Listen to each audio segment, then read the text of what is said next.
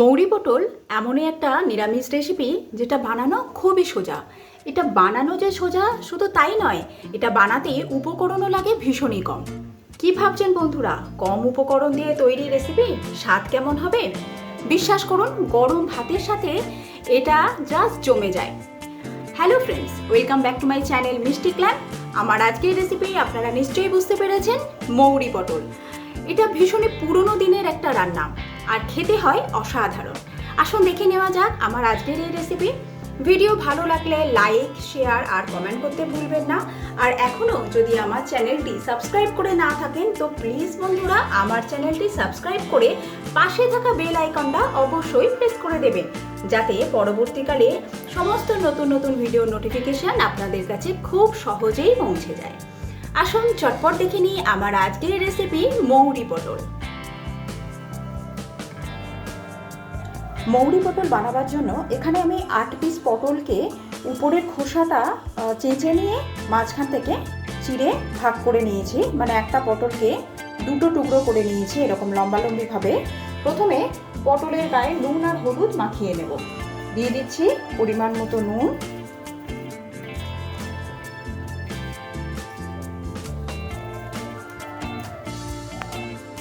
এবার দিচ্ছি হলুদ।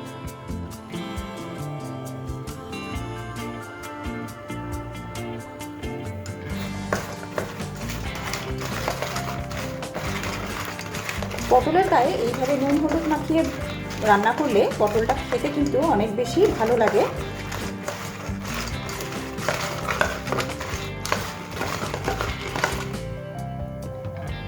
এবার একটা মশলা তৈরি করে নেব। তার জন্য এখানে নিয়েছি 3.5 টিস্পুন গোটা মৌরি। এখানে দুটো তেজপাতা নিয়েছি। তেজপাতাটাকে একটু ছোট ছোট টুকরো করে কেটে দেব আমি।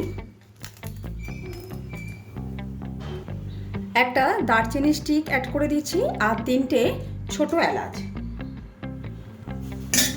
এগুলোকে লো টু মিডিয়াম ফ্লেমে একটু ড্রাই রোস্ট করে নেব।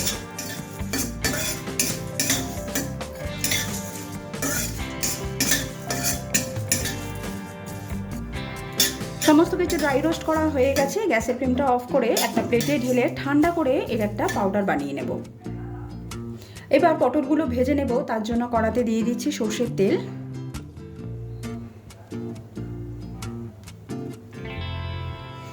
তেল গরম হয়ে গেলে নুন হলুদ মাখানো পটল দিয়ে দিচ্ছি।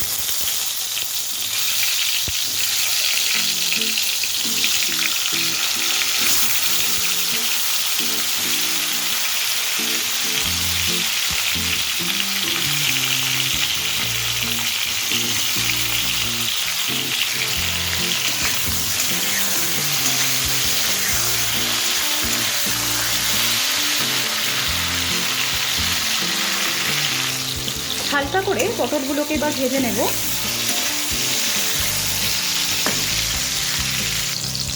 পটল ঠিক এইভাবে হালকা করে ভেজে নেওয়া হয়ে গেছে। এবার আমি তুলে নেব।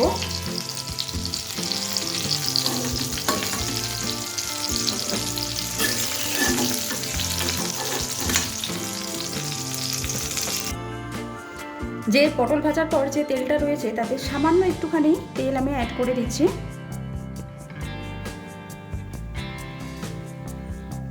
এবার এই তেলের মধ্যে আমি দিয়ে দিচ্ছি 1 টিস্পুন প্রথমে যে ড্রাই রোস্ট করা মশলাটা তৈরি করেছিলাম, মৌরি, ছোট এলাচ আর তেজপাতা দিয়ে আর দারচিনি দিয়ে, সেই মশলাটা ড্রাই রোস্ট করা মানে গুঁড়ো করার পর সেই মশলার পাউডার আমি এখানে 1 টিস্পুন অ্যাড করে দিলাম।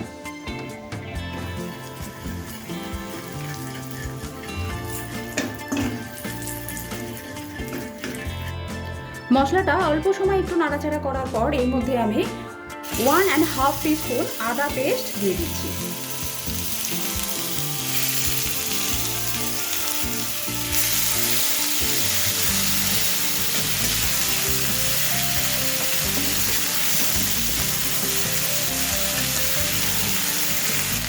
মশলাটা যাতে পুড়ে না যায় তার জন্য সামান্য পরিমাণ একটু জল অ্যাড করে দিলাম।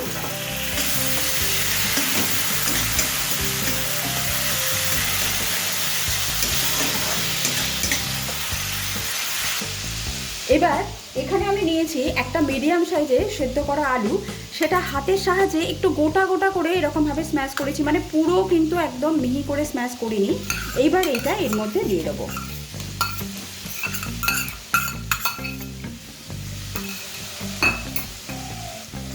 মশলার সাথে আলুটাকে অল্প একটু নাড়াচাড়া করে নেব।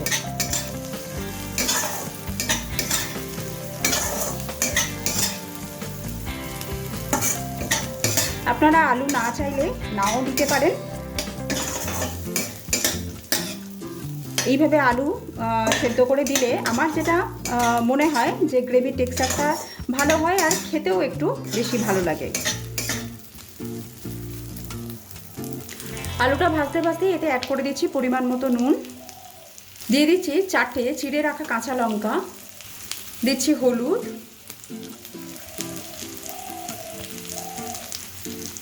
এবার অ্যাড করে দিচ্ছি হাফ টিস্পুন রেগুলার লঙ্কার গুঁড়ো।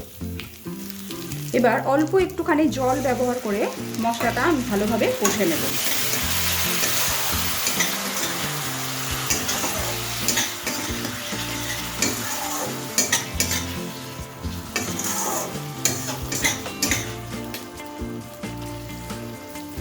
মশলা ভালোভাবে কষে নেওয়া হয়ে গেলে এর মধ্যে প্রথমে আমি জল অ্যাড করছি। এখানে আমি হাফ কাপ জল অ্যাড করে দিলাম।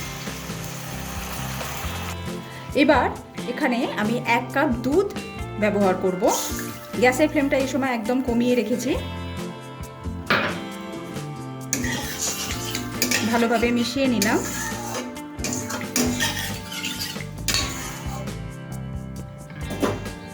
এবার দুধটা ফুটে ওঠা পর্যন্ত একটু অপেক্ষা করব। গ্রেভি ফুটতে শুরু করেছে, এই সময় আমি এখানে ভেজে রাখা পটল অ্যাড করে দিচ্ছি।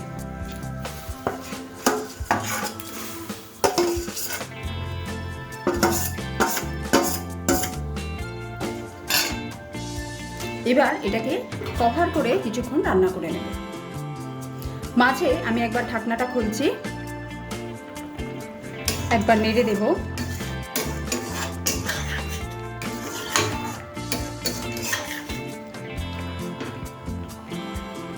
এই সময় আমি এখানে অ্যাড করে দিচ্ছি 1 টিস্পুন চিনি আর হাফ টিস্পুন প্রথমে তৈরি করে রাখা মশলার পাউডার। একবার নেড়ে দেব সমস্ত কিছু যাতে ভালোভাবে মিশে যায়।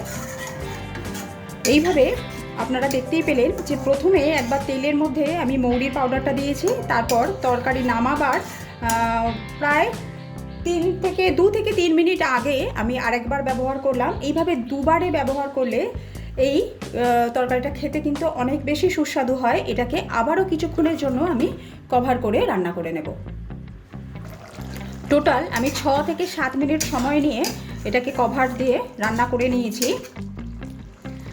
তৈরি হয়ে গেছে আমার আজকের রেসিপি মৌরি পটল। গ্যাসের ফ্লেমটাকে আমি অফ করে দিলাম।